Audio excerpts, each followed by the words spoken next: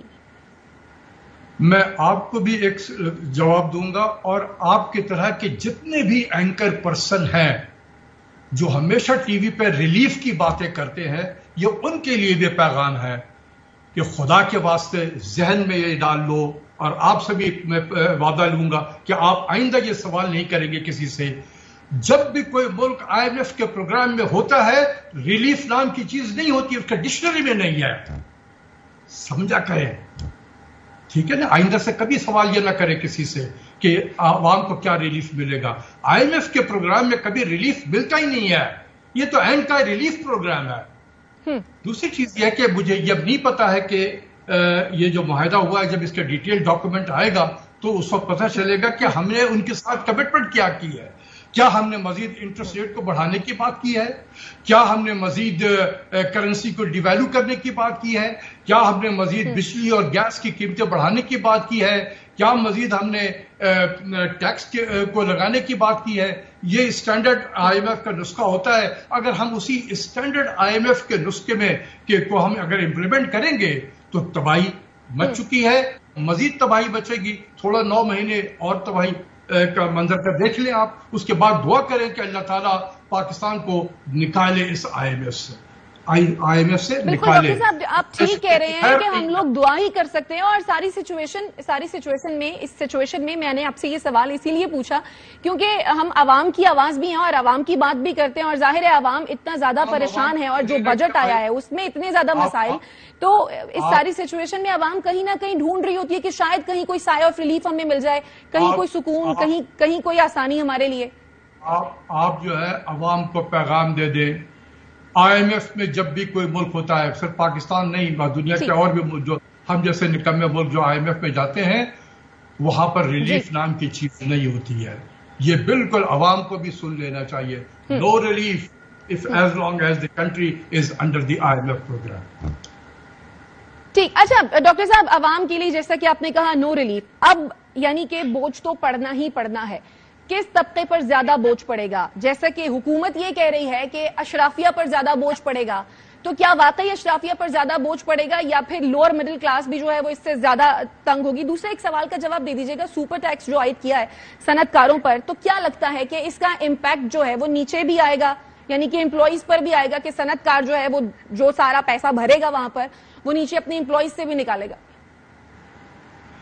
دیکھیں، امپلائیز سے وہ نکالے گا یا نہیں نکالے گا وہ تو مجھے نہیں پتا، لیکن یہ ہے کہ یہ جب یہ جو بھی حکومت وقت ہوتی ہے اس کی یہ بے بسی ہے کہ وہ اپنے ٹیکس نیٹ کو براڈن نہیں کر سکا، تو جو لوگ غلطی سے ٹیکس نیٹ میں آ گئے ہیں وہی مرغے بن گئے، انہیں سے نکالنا ہے۔ اب کیا کریں، اس وقت تو ٹیکس نیٹ کو براڈن تو نہیں کر سکتے کیونکہ الیکشن میں بھی جانا ہے، اور یہ سب سے جو ہوتا ہے نا کہ سب سے اینٹائی پاپولر اقدام جو ہوتا ہے وہ لوگوں کے جیب سے پیسہ نکالنا، تو ایسے میں کوئی بھی حکومت جا کے ٹیکس ریٹ کو براڈن نہیں کرے گی، تو جو لوگ آلریڈی ٹیکس میں آئے ہوئے غریب پھنس چکے ہیں انہی سے نکالا جائے گا، تو جو امیر طبقہ ہے بہت زیادہ وہ دے گا ٹیکس، میں بھی دوں گا، میں بھی اس میں شامل ہو جاتا ہوں، حالانکہ میں ٹیچر آدمی ہوں، لیکن اس میں ایک لگا دیا گیا کہ اس سلیب سے زیادہ آپ کی اگر آمدنی ہے تو 2.5% 3% اور بھی دینا پڑے گا آپ کو۔ تو میں یہ 9 مہینے برداشت کر لوں گا اپنے ملک کی خاطر، لیکن جو غریب ہے اس کے لیے خیر نہیں ہے، کیونکہ مہنگائی آئی ایم ایف کے پروگرام میں اگر مہنگائی نہ ہو تو پھر وہ آئی ایم ایف کا پروگرام ہی نہیں ہوتا، مہنگائی ہوگی کیونکہ امشور کے کرنسی کو ڈیویلو بھی کرائے گا آئی ایم ایف اور انٹرسٹ ریٹ کو بھی بڑھائے گا۔ 1% انٹرسٹ ریٹ جب بڑھتا ہے نا اسٹیٹ بینک کا تو 1.3% انفلیشن بڑھتا ہے اس ملک میں۔ ٹھیک ہے ڈاکٹر اشفاق حسن صاحب، بہت شکریہ وقت کے لیے، اور ہم امید کرتے ہیں کہ صورتحال کچھ بہتر ہو جائے۔ بہرحال ناظرین، بریک لیں گے اور جب ہم بریک سے واپس آئیں گے تو ہم ذکر کریں گے اور بات کریں گے ان اہم ملاقاتوں کی جس میں بڑے بڑے فیصلے ہوئے، اور اپنے تجزیہ کاروں سے بھی جاننے کی کوشش کریں گے کہ کیا بڑے فیصلے ہوئے، لیکن اس بریک کے بعد شادیوں کی جو اہم بیٹھک ہو رہی ہے، بیٹھکیں ہو رہی ہیں، بلکہ دبئی میں بڑی اہم ملاقاتیں بھی ہوئیں اس بارے میں، اور وزیر اعظم شہباز شریف صاحب کی جانب سے بیان یہ آیا کہ مدت ختم ہوگی تو ہم حکومت چھوڑ دیں گے، اور الیکشن کا جو اعلان ہے وہ الیکشن کمیشن کا کام ہے، اور اس کا انعقاد کرانا بھی جو ہے وہ الیکشن کمیشن کا کام ہے۔ کیا کہا انہوں نے، ذرا ملاحظہ کیجیے گا۔ انشاءاللہ اس حکومت کی مدت پوری ہونے پہ ہم حکومت کو چھوڑ دیں گے. الیکشن کا اعلان کرنا, اس کا انعقاد کرنا الیکشن کمیشن آف پاکستان کا کام ہے, وہ آئین کے مطابق اس کو کروائیں گے انشاءاللہ. اور کل اسی شو میں نون لیگ کے رہنما محمد جبیر یہ کہہ رہے تھے کہ اگست میں آئینی مدت ختم ہو جائے گی تو اس کے بعد نگران حکومت آ جائے گی, اور یہ جو حکومتی اتحاد ہے اس کا مشترکہ فیصلہ ہے. دبئی کے اندر جو میٹنگ ہوئی, جو ملاقات ہوئی, اس کے اندر مور اور لیس پھر تمام اسٹیک ہولڈرز آن بورڈ ہیں, بیکاز یہ ایک اتحادی حکومت ہے. سب آن بورڈ ہیں بالکل. I can say it with authority and whatever I know کہ بالکل آن بورڈ ہیں.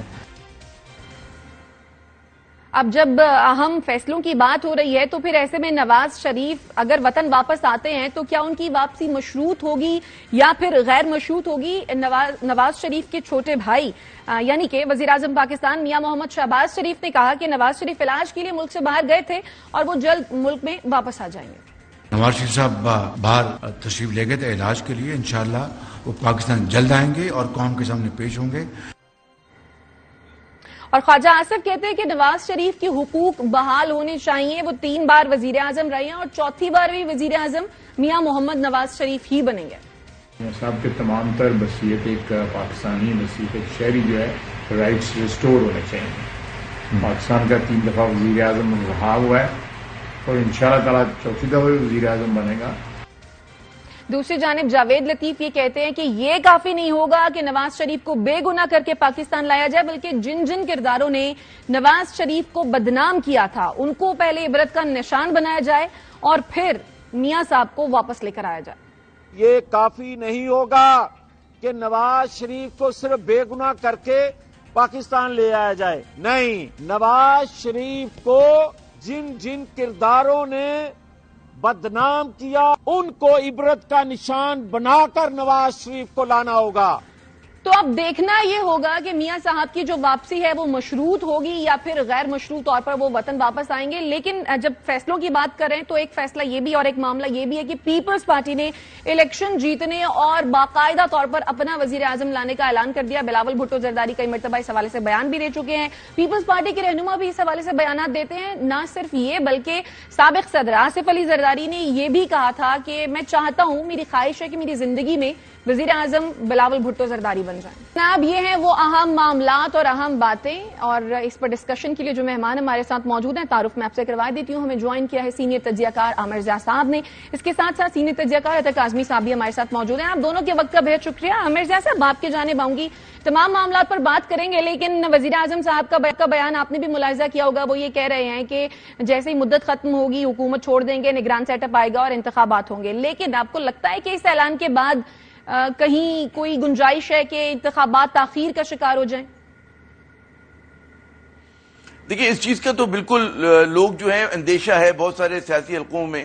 جو میری بات بھی ہوئی, کچھ میرے بیک گراؤنڈ انٹرویوز بھی ہوئے ہیں, اس میں ان کو یہی ہے کہ جب ایک بار انٹرم گورنمنٹ آ جائے گی, اس کے نام آ جائیں گے, تو بقول ایک سیاستدان کے پتہ چلے گا کہ یہ 3 مہینے کے لیے آئی ہے, اس سے زیادہ مہینوں کے لیے. تو ابھی تک لوگوں کے دلوں میں یہ خدشات ہیں. اور ظاہر ہے کہ بعض لوگ کہتے ہیں کہ جی ملک کی معاشی حالات ایسے ہیں, بعض لوگ یہ سمجھتے ہیں کہ جب تک ہمیں مثبت نتائج نہیں ملیں گے اس وقت تک جو ہے انتخابات کا ہونا جو ہے سمجھ میں نہیں آتا. اس میں جو آپ نے بھی اپنے ابتدائی کلمات میں نواز شریف صاحب کے گرد فوکس کیا, یہ ایک بہت بڑا سوال خود ہے کہ یہ سوال ہے کہ نواز شریف صاحب کیا شرائط مان کر اور کیا شرائط منوا کر جو ہے واپس ملک آتے ہیں. کیونکہ ابھی تک لوگ ان کے بارے میں یہ کہنے کہ کیا وجہ ہے کہ جی 14 ماہ سے ان کے بھائی کی حکومت ہے لیکن انہوں نے جرأت نہیں کی پاکستان پلٹنے کی. کیوں نہیں آ رہے وہ پاکستان؟ انہیں کس چیز کا اندیشہ ہے؟ انہیں تو میرے خیال میں ایک عدم اعتماد ہے, اور یہ عدم اعتماد بہت سارے لیولز کے اوپر ہے. ایک عدم اعتماد خود نون لیگ کے اندر ہے کہ جو میں سمجھتا ہوں کہ بڑے بھائی اور چھوٹے بھائی کے درمیان ہے. ایک یقیناً وزیر اعظم ہے, ایک چوتھی مرتبہ دولہا بننا چاہ رہے ہیں نواز شریف صاحب, یہ سب کو پتا ہے. پھر ایک عدم اعتماد پی ڈی ایم کی اپنی جماعتوں میں, اتحادیوں میں ہے. پیپلز پارٹی اور نون لیگ میں ایک تاریخی عدم اعتماد ہے, اور جیسے جیسے الیکشن قریب آئیں گے شائستہ صاحبہ آپ دیکھیے گا کہ ان میں یہ جو عدم اعتماد ہے اور ایک دوسرے سے جو دوریاں ہیں یہ بڑھیں گی. کیونکہ ظاہر ہے کہ جیسا کہ آپ نے فرمایا, بالکل درست فرمایا کہ بلاول بھٹو رن میں ہے, سیریسلی رن میں ہے, اور نواز شریف صاحب کی بھی خواہش ہے کہ وہ چوتھی مرتبہ دولہا بنے. اب اس میں کس کی خواہش پوری ہوتی ہے تو ایک دوسرے کے مد مقابل آئیں گے.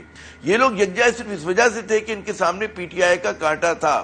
اب یہ لوگ تصور یہ کیے بیٹھے کہ پی ٹی آئی کا کانٹا ان کے سامنے سے ہٹ گیا ہے, تو مقابلہ اب روایتی حریفوں پیپلز پارٹی اور نون لیگ کے درمیان ہونا ہے.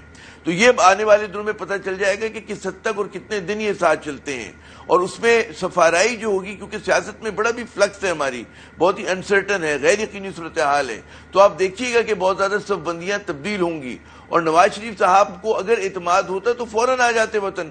اب تو بھئی آخری نیب کے لاس تبدیل ہو گئے، ڈسکوالیفیکیشن کے حوالے سے لاس تبدیل ہو گئے، کس چیز کے انتظار ہے؟ لیکن ابھی بھی وہ ویٹ اینڈ سی کی پالیسی پہ گامزن ہے. انہیں یقین نہیں ہے، انہیں اس بات کا خطرہ ہے کہ بھئی دوبارہ کوئی میرے ساتھ جو ہے دوبارہ وہ جیل جانے سے، ظاہر ہے کہ وہ نہیں چاہیں گے کہ اس عمر میں جیل جائیں، اور وہ چاہتے ہیں کہ لیکن آپ صاحب دیکھیے نا، تمام حالات تو بالکل ان کی فیور میں ہے، بھائی ان کے وزیر اعظم ہے، نگران حکومت ان کی ہے، کہیں پر کسی بھی طرح کا بظاہر تو کوئی پرابلم نظر نہیں آ رہا، لیکن پھر بھی وہ نہیں آ رہے. تو یہی تو میرا سوال ہے، جب کوئی پرابلم نہیں ہے تو کیوں نہیں آ رہے؟ اس کا مطلب یہ ہے کہ انہیں اندیشہ ہے کہ ان کے ساتھ کچھ بھی ہو سکتا ہے. اگر وہ واپس آتے ہیں تو غالباً دیکھیں ان کی خواہش ہے کہ جی پنجاب انہیں ملے، ان کی خواہش ہے کہ جی سینٹر کی گورنمنٹ انہیں ملے اور ان کے مرضی کے لوگوں کو ملے، اور اس میں وہ چاہیں گے کہ جناب اس میں شہباز صاحب کے لیے جگہ نہ ہو، بلکہ وہ خود اپنا نام پیش کریں گے. تو خود نون لیگ میں یہ تھوڑا سی ایک کشمکش جاری ہے، اور ظاہر ہے کہ پی ڈی ایم کے اندر جو ہے اس پہ اتفاق رائے نہیں ہو سکتا. Peoples Party P D M کا حصہ نہیں ہے، وہ بٹ کرے گی، تو ان کے لیے منزلیں جو ہیں اتنی آسان نہیں ہیں. فارسی کا ایک جملہ ہے نا کہ ہنوز دلی دور است، تو بھی نواز شریف صاحب کے لیے دلی ذرا سی دور ہے. جی صحیح، یعنی بھائی کی حکومت میں اگر اندیشہ ہے تو پھر تو بڑی سرپرائزنگ سی بات ہے، اور ہنوز دلی دورست جیسا کہ آپ نے فرمایا. تو کاظمی صاحب خدشات تو ابھی موجود ہیں اور معاملہ عدم اعتماد کا بھی ہے، میاں صاحب ابھی اعتماد کر نہیں رہے حالانکہ ان کے بھائی کی حکومت ہے، اور دوسری جانب پیپلز پارٹی یہ چاہتی ہے کہ بر وقت انتخابات ہوں. کیا لگتا ہے کون جیتے گا، کیا ہوگا؟ اچھا دیکھیں شائستہ، ہم سن رہے ہیں کہ پیپلز پارٹی کی یا زرداری صاحب کی خواہش ہے کہ بلاول صاحب وزیر اعظم بن جائیں، اسی طرح شریف خاندان کی خواہش ہے کہ جی میاں صاحب وزیر اعظم بن جائیں. اس ساری بحث کے اندر جو انتہائی پریشان کن چیز ہے، کہیں پہ بھی یہ ذکر نہیں ہو رہا کہ پاکستان کے لیے کون بہتر ہے، پاکستان کی کس چیز میں بہتری ہے، پاکستان کو آگے کس طرح لے کے جانا ہے. اپنی ذاتی خواہشات کا اظہار کیا جا رہا ہے. اس سے پہلے چیئرمین پی سی بی کے اوپر بھی ہم نے دیکھا بحث ہوئی، ایک طرح سے تھوڑا سا تنازع بھی ہوا. وہ تنازع کیا تھا؟ کیا وہ تنازع یہ تھا کہ پاکستان کی کرکٹ کے لیے کون سی شخصیت بہتر ہوگی؟ نہیں، تنازع یہ تھا کہ میاں صاحب کا بندہ لگے گا یا زرداری صاحب کا بندہ لگے گا. یہ وہ المیہ ہے جس کا اس وقت 22 کروڑ عوام کو سامنا ہے. یہ لوگ پاکستان کے حوالے سے تو کوئی بات ہی نہیں کر رہے. ان کے ایک بیان میں بھی یہ چیز نہیں ہے کہ جی بلاول صاحب پاکستان کے لیے بہتر ہیں لہٰذا ان کو بنایا جائے، میاں صاحب پاکستان کے لیے بہتر ہیں لہٰذا ان کو بنایا جائے. نہیں، زرداری صاحب اپنی زندگی میں بلاول کو وزیر اعظم دیکھنا چاہتے ہیں، میاں صاحب چوتھی بار وزیر اعظم بننا چاہتے ہیں. بھائی میاں صاحب کے حقوق تو آپ بحال کریں گے، بلاول کی بھی خواہشات پوری کریں گے، زرداری صاحب کا خواب بھی پورا ہوگا کہ آپ پاکستانیوں کے بنیادی حقوق ان کو ملیں گے. جو حالت ہو گئی ہے پاکستان کی، یہ سوچنے کی چیز ہے نا. یہ انتہائی پریشان کن ہے. پہلے ان کو تھوڑا بہت دھڑکا تھا کہ ایک تیسری قوت ہے وہ الیکشن جیت جائے گی، اور اس کے مقابلے میں یہ تھوڑا بہت ہی کوئی رکھ رکھاؤ کر لیتے تھے کہ ہم پاکستان میں یہ بہتری لے کے آئیں گے. آپ دیکھ لیں جس وقت عمران خان کی حکومت تھی، چیئرمین تحریک انصاف کی حکومت تھی، اس دور میں یہ بار بار کہتے تھے کہ ہم 6 مہینے میں مہنگائی ختم کر دیں گے، ہم یہ چیز بہتر کر دیں گے، ہم وہ چیز بہتر کر دیں گے. اس ایک سال کے اندر آپ نے ایک دفعہ بھی ان سے سنا کہ انہوں نے کہا کہ ہم ملک بہتر کریں گے، مہنگائی بہتر کریں گے، عوام کو ریلیف دیں گے؟ نہیں، اس ایک سال کے اندر تو ان کی ٹوٹل تیور ہی بدلے میں. تو یہ بڑی پریشان کن چیز ہے. جہاں تک یہ تعلق ہے کہ کون جیتے گا، مجھے تو سامنے نظر آ رہا ہے کہ اس وقت پاکستان کی عوام ہار چکی ہے. جس نہج پہ یہ لوگ ملک کو لے کے آگے ہیں، اب 2 خاندان ہیں، شہزادوں کے خاندان ہیں، رائل فیملیز ہیں، وہ جس کی بھی خواہشات ہوں گی جو بھی جیت جائے گا، کیا اس میں پاکستان کی بہتری کو مد نظر رکھا جائے گا؟ ایسا مجھے نظر نہیں آ رہا. ٹھیک ہے، یعنی ان دونوں خاندانوں میں سے جو بھی جیتے گا کم سے کم جیت پاکستان کی نہیں ہوگی. اطہر کاظمی ہمارے ساتھ موجود ہے. عامر ضیاء صاحب، پیپلز پارٹی نے ہم نے دیکھا کہ جب بجٹ پیش ہو رہا تھا تو اسحاق ڈار سے کافی شکوے شکایت بھی کرتے دکھائی دیے بلاول بھٹو. زرداری سوات میں جب انہوں نے جلسہ کیا اپنی شرائط بھی انہوں نے منوا لی. اب اگر الیکشن کے حوالے سے وہ اپنی شرائط جو ہے وہ منوا لیتے ہیں، اپنی بات منوا لیتے ہیں، تو آپ کو لگتا ہے کہ اب جو آئندہ انتخابات ہوں گے ان میں نون لیگ اور پیپلز پارٹی کوئی سیٹ ایڈجسٹمنٹ کرتی دکھائی دے، یا پھر ان کا اتحاد ہمیں اگلے انتخابات میں یا اگلی حکومت میں دکھائی دے؟ دیکھیں، ایک لیول پہ یہ بات تو ہو رہی ہے، لیکن مجھے یہ لگ رہا ہے کیونکہ جیسے کہ ابھی ہم لوگ پہلے بات کر رہے تھے کہ پی ٹی آئی کا کانٹا بقول ان کے ہٹ گیا ہے، تو مقابلہ ان دونوں جماعتوں کے درمیان ہے. اس میں جو اندیشہ لوگ اس اندیشے کا اظہار کر رہے ہیں، اس خدشے کا اظہار کر رہے ہیں کہ آنے والے 1-2 ہفتے میں آپ دیکھیے گا کہ مزید ان پارٹیز میں دوریاں بڑھیں گی آنے والے دنوں میں، قربتیں نہیں ہوں گی اب اس میں، کیونکہ جب ظاہر ہے کہ میاں صاحب آنا چاہ رہے ہیں اور ایک قیاس آرائی جس طرح میاں صاحب کی خواہش ہے جی پنجاب بھی ان کے پاس ہو، سینٹر بھی ان کے پاس ہو، پیپلز پارٹی کو سوٹ نہیں کرتا یہ، اور پیپلز پارٹی کو پتا ہے کہ اگر اس وقت جو ہے آپ نے دوبارہ انٹرینچ ہونے دیا شریف خاندان کو تو وہ دوبارہ جو ہے ان کو پنجاب کی سیاست میں جو تھوڑی بہت انٹری کر رہے ہیں یہ ساؤتھ پنجاب میں اس سے آؤٹ کر دے گا. تو ایک تو یہ بات ہے. دوسری بات یہ ہے کہ ہمیں واقعی یہ میں اتھر کی بات کو سیکنڈ کروں گا کہ ہمارے یہاں پوری جو گیم ہو رہا ہے، پورا جو کھیل ہے سیاست کا، وہ ہو رہا ہے جی محلاتی سازشوں کا. اس میں عوام کے مسائل، عوام کی خواہشات وہ تو بہت پیچھے چلی گئی ہیں. عوام کی قوت سے یہ لوگ آنا بھی نہیں چاہتے ہیں.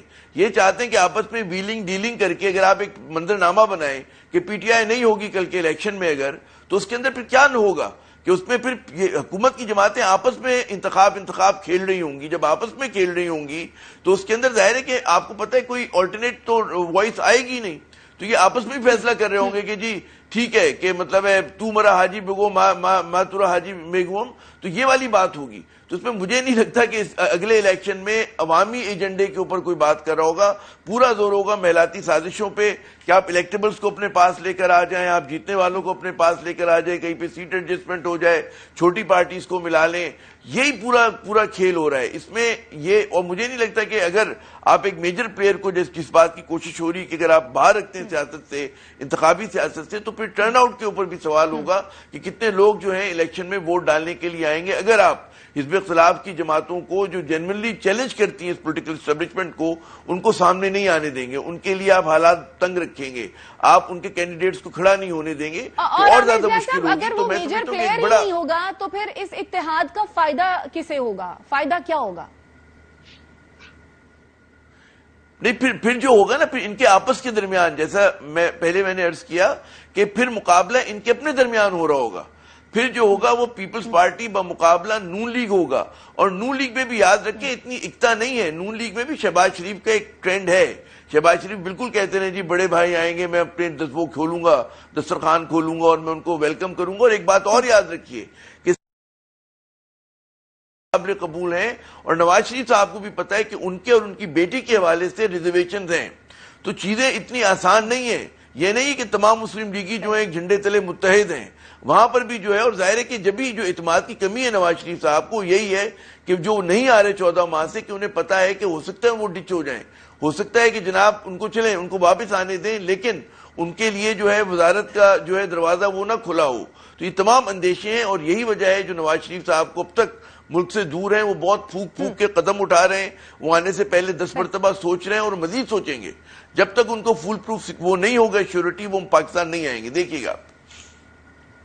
ٹھیک.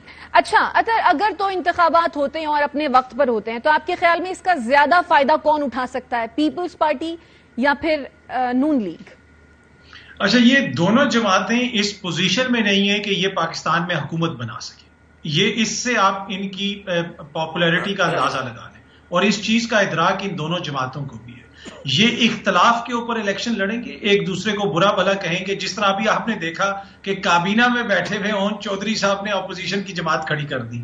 اس دور کے اندر وہ کچھ ہو رہا ہے جو پاکستان کیا دنیا میں اس کی کوئی نظیر نہیں ملتی. یہاں پہ اپوزیشن لیڈر ایسا ہے جو کہتا ہے میں حکومت کے ٹکٹ پہ الیکشن لڑوں گا. یہ ایسی ہم خیال پارلیمنٹ آپ نے دنیا میں کہیں دیکھی؟ ایون کہ جو سوئس حکومت کا فارمولا ہے کہ وہاں پہ سارے مل کے حکومت بناتے ہیں، وہاں پہ بھی ایسی ہم خیال پارلیمنٹ نہیں ہوگی جو ان لوگ کر رہے ہیں. اسی طرح اب آپ دیکھ لیں کہ وہ کابینہ میں بیٹھے ہوئے انہوں نے ایک بنا لی اپوزیشن جماعت. اب یہ لڑیں گے اختلاف کے اوپر الیکشن، لیکن ان میں سے کوئی بھی ایسا نہیں ہے جو عوام کے اتنے ووٹ لے سکے کہ پاکستان میں حکومت بنا سکے. تو پھر یہ کریں گے انتخابات کے بعد، یہ مل کے دوبارہ حکومت بنائیں گے. یہ اس پوزیشن میں کوئی بھی نہیں ہے کہ جو پنجاب میں میجورٹی لے سکے یا سندھ میں اور کے پی کے میں اور بلوچستان میں ہر جگہ پہ اس کی اتنی نشستیں ہوں کہ پورے ملک میں وفاق میں اس کا وزیر اعظم آ جائے. نہیں، ایسا نہیں ہو سکتا. پیپلز پارٹی جو سب سے زیادہ شور ڈال رہے ہیں، پورے پنجاب میں 10 ایسے حلقے نہیں ہیں جہاں پہ ان کے پاس 70% بھی چانس ہو. اسی طرح سندھ میں 10 ایسے حلقے نہیں ہیں جہاں پہ نون لیگ جیت سکتی ہے. کے پی کے میں 10 ایسے حلقے نہیں ہیں جہاں پہ نون لیگ کہے کہ ہم جو ایک گارنٹی دیتے ہیں کہ ہم یہاں سے جیت جائیں گے ہر حالت میں. تو یہ سچویشن ہے اس وقت. تو یہ کس طریقے سے حکومت بنائیں گے؟ یہ حکومت اسی طرح بنائیں گے. جیسا کہ آپ کہہ رہے ہیں کہ سوللی یا انڈیپینڈنٹلی کوئی بھی جماعت جیت نہیں سکتی. استحکام پاکستان جو ایک نئی جماعت بنی ہے، آپ کو لگتا ہے کہ کوئی کون سی جماعت اس کا زیادہ فائدہ اٹھانے کی یا اس کا ساتھ لینے کی کوشش کرے گی، نون لیگ یا پھر پیپلز پارٹی؟ جی آپ دیکھیں، اون چودھری کا جو نظریہ ہے ہو سکتا ہے وہ اس انتخاب میں چل جائے اور عوام کا جو بڑی تعداد ہے ووٹرز وہ اون چودھری کے نظریے سے متاثر ہو کے استحکام پاکستان کے میں چلے جائیں اور ادھر ان کو ووٹ دیں.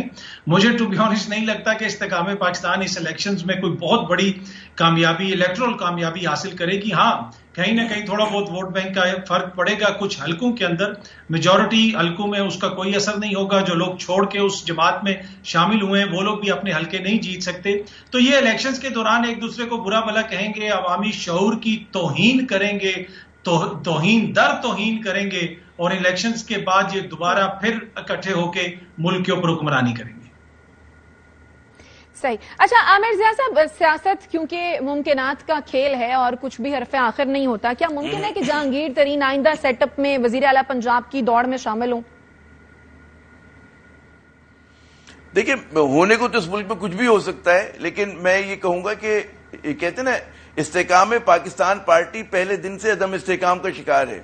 یہ میں آپ کو بالکل باوثوق ذرائع سے بتا رہا ہوں کہ وہاں پر جن لوگوں سے رابطہ کیا جا رہا ہے پنجاب میں بھی اور سندھ میں بھی کہ آپ ہمارے ساتھ شامل ہو جائیں الیکٹیبل سے، تو وہاں پر یہ خواہش ہے کہ جی ہم انڈیپینڈنٹ گروپ بنا کے لڑ لیں گے، ہم استحکام پاکستان پارٹی میں نہیں ہوں گے.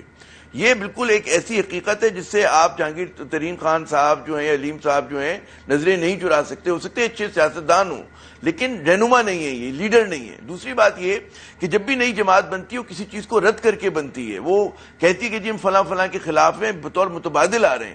اب یہاں پر انہوں نے آغاز ہی پی ڈی ایم سے محبت کر کے کیا ہے کہ آپ مطلب آپ کس کے کیوں آپ نے پارٹی بنائی ہے؟ اگر آپ کو ان کے ساتھ اتحاد کرنا ہے، انہی کے ساتھ بیٹھنا ہے، انہی کے ساتھ دوستی کرنی ہے، تو نئی پارٹی بنانے کی زحمت کیوں کی آپ نے؟ کیونکہ ووٹ جو ہے شائستہ وہ تو ڈیوائیڈڈ ہے between P D M and anti P D M vote, pro P D M اور anti P D M vote. تو کس کا ووٹ وہ کرنا چاہ رہے؟ اگر اینٹی پی ڈی ایم کا ان کو چاہیے ووٹ تو اس کے لیے آپ کو کھل کر مخالفت کرنی پڑے گی. اچھا مجھے آپ ایک جملہ اور کہنے تھے، آپ نے بڑا مزے کے کلپ بتایا، سنایا تھا ابھی شروع میں. اس میں یہ تھا کہ جی جن لوگوں نے نواز شریف صاحب کو بدنام کیا، سازش کی، ان کا احتساب ہونا چاہیے. یہ وہ خواہش ہے جو کہتے ہیں نا نواز شریف کے دروازے ہمیشہ کے لیے بند کر دے گی. کیونکہ سب کو پتا ہے کہ جی جو پرانی ملٹری، دیکھیں ملٹری اسٹیبلشمنٹ ٹھیک ہے آج نئے چہرے ہیں اس میں، لیکن اسٹیبلشمنٹ میں ایک تسلسل بھی ہوتا ہے. کیا نون لیگ اور نواز شریف کی خواہش ہے کہ جناب ان کا احتساب ہو؟ تو راحیل شریف صاحب اور ان کی ٹیم جو کہ زند آف پاپولیرٹی پہ تھی پاکستان کی آرمڈ فورسز میں، بہت مقبول تھے ہمارے سپہ سالار، تو کیا ان کی اکاؤنٹیبلٹی کریں گے؟ ان کی شکل ہے کیا یہ باجوہ صاحب اور ان کی ٹیم کی اکاؤنٹیبلٹی کریں گے؟ کیا آپ خواہشیں تو دیکھیں ان کی. ٹھیک ہے جی. اچھا اگر کوئکلی یہ بتا دیجیے گا، اگر تو نواز شریف واپس آ جاتے ہیں تو ملکی سیاست میں کیا کوئی بہت بڑی تبدیلی آ سکتی ہے، یا پھر یہ جو معاشی پالیسیاں ہیں جن کو ہم سارے یعنی کہ عوام برا کہہ رہے ہیں، اس کا نقصان ہوگا نون لیگ کو؟ دیکھیں یہ جو معاشی پالیسیاں ہیں یہ نواز شریف صاحب کی معاشی پالیسی ہیں. قوم کو یاد رکھنا چاہیے کہ نواز شریف صاحب نے مفتاح کو ہٹوا کے اسپیشل سرکاری جہاز پہ اپنا وزیر خزانہ بھیجا تھا. تو جو بھی اس وقت ہم ثمرات کھا رہے ہیں معیشت کے، وہ نواز شریف صاحب کی معاشی پالیسی ہے. جہاں تک فائدہ ہوگا، دیکھیں ان کی اپنی جماعت کی حد تک فائدہ ہوگا. ان کی جماعت کے اندر جو حلقوں کی سیاست ہے خصوصاً لاہور تک، یقیناً پارٹی کے اندر تھوڑی سی جان پڑے گی. لیکن جو ووٹ اس وقت ان کے خلاف ہو چکا ہے، جو چیئرمین تحریک انصاف یا دیگر جماعتوں کی طرف ہے، ان کے آنے سے اس کو کوئی فرق نہیں پڑے گا. ٹھیک ہے ٹھیک ہے. ناظرین چھوٹی بریک لیتے ہیں اور پھر واپس آتے ہیں. اور اب ایک ایسا معاملہ کہ جس پر تمام مسلمانوں کے دل دکھی ہیں. سویڈن میں قرآن پاک کی بے حرمتی کے اشتعال انگیز واقعے پر دنیا بھر کے مسلمان سراپا احتجاج بھی ہیں، اور OIC اور مسلم دنیا کی جانب سے سخت رد عمل بھی سامنے آ رہا ہے. اس کے ساتھ ساتھ افسوسناک واقعے پر یورپی یونین اور روس نے بھی سخت رد عمل دیا ہے. OIC نے خبردار کیا ہے کہ ایسے واقعات سے نہ صرف عزت و تکریم کا تعلق خراب ہوتا ہے بلکہ عالمی سطح پر صبر و تحمل کے فروغ اور شدت پسندی کی روک تھام کے لیے کی جانے والی کوشش بھی متاثر ہوتی ہے. آزادی رائے کا اظہار عالمی قوانین کے مطابق اور ذمہ داری کے ساتھ ساتھ ہونا چاہیے. قرآن پاک کی بے حرمتی پر مسلم دنیا شدید رد عمل کا اظہار بھی کر رہی ہے. وزیراعظم پاکستان نے رد عمل دیتے ہوئے یہ کہا ہے کہ سویڈن میں قرآن پاک کی بے حرمتی کے گھناؤنے فعل کی پرزور مذمت کرتے ہیں. آزادی اظہار کا لبادہ مسلمانوں کے جذبات مجروح کرنے کے لیے استعمال نہیں کیا جا سکتا. یہ ناقابل قبول ہے. اس کے ساتھ ساتھ ترک صدر رجب طیب اردوان نے بھی رد عمل دیا ہے اور انہوں نے یہ کہا ہے کہ مغرب کو سکھائیں گے کہ قرآن پاک کی توہین کرنا اظہار رائے کی آزادی نہیں ہے. ہم اشتعال انگیزی اور دھمکیوں کی سیاست کے سامنے جھکیں گے نہیں. سعودی عرب نے رد عمل دیتے ہوئے کہا ہے کہ ایسے اقدام نفرت اور نسل پرستی کو بڑھاوا دینے کا سبب بنتے ہیں. ایرانی وزارت خارجہ نے رد عمل دیا ہے. ایران کی حکومت اور عوام ایسی توہین کو برداشت نہیں کرتے ہیں اور اس کی شدید مذمت بھی کرتے ہیں. متحدہ عرب امارات، قطر، عراق، مراکش، فلسطین سمیت دیگر اہم اسلامی ممالک نے بھی سفارتی سطح پر اپنا احتجاج ریکارڈ کرایا ہے. اس کے ساتھ ساتھ روسی صدر پیوٹن کی جانب سے بھی سخت رد عمل سامنے آیا ہے. ان کا یہ کہنا ہے کہ روس میں قرآن پاک کی بے حرمتی آئین اور قانون کے تحت جرم ہے. مسلمانوں کی مقدس کتاب کی بے حرمتی کو بعض ممالک میں جرم نہیں سمجھا جاتا ہے لیکن روس میں اس پر سزا دی جاتی ہے. یہ کہنا تھا روسی صدر پیوٹن کا. اور یورپی یونین نے بھی اس اہم معاملے پر، اس افسوسناک واقعے پر، سانحے پر سخت رد عمل دیا ہے اور ان کا کہنا یہ ہے کہ قرآن مجید کی بے حرمتی اشتعال انگیز فعل ہے. وقت آ گیا ہے کہ باہمی افہام و تفہیم اور احترام کے لیے ساتھ کھڑے ہو جائیں. سویڈن حکومت پر نہ صرف بہت زیادہ پریشر ہے اور اس پریشر کے تحت ہی قرآن پاک کی بے حرمتی کے شرانگیز عمل کی سویڈن حکومت نے بھی مذمت کی ہے اور ان کا کہنا یہ ہے کہ یہ عمل انفرادی ہے. اس کا سویڈن کی حکومت سے کوئی تعلق نہیں ہے. ناظرین، اسی کے ساتھ مجھے دیجیے اجازت. اللہ نے کے بعد